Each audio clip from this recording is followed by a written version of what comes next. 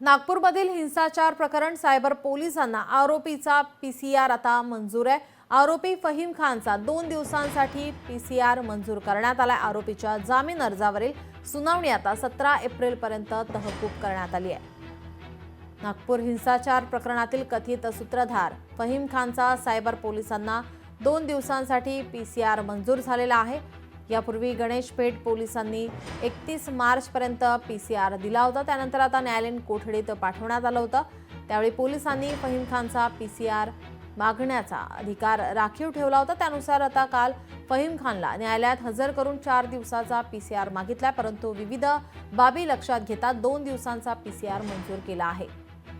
फहीमने सत्र न्यायालयामध्ये जामीन अर्ज दाखल केलाय। त्यावर राज्य सरकारने 2 आठवड्यापासून उत्तर सादर केले नाही। त्यामुळे जामीन अर्जावरील सुनावणी 17 एप्रिल पर्यंत तहकूब केली आहे।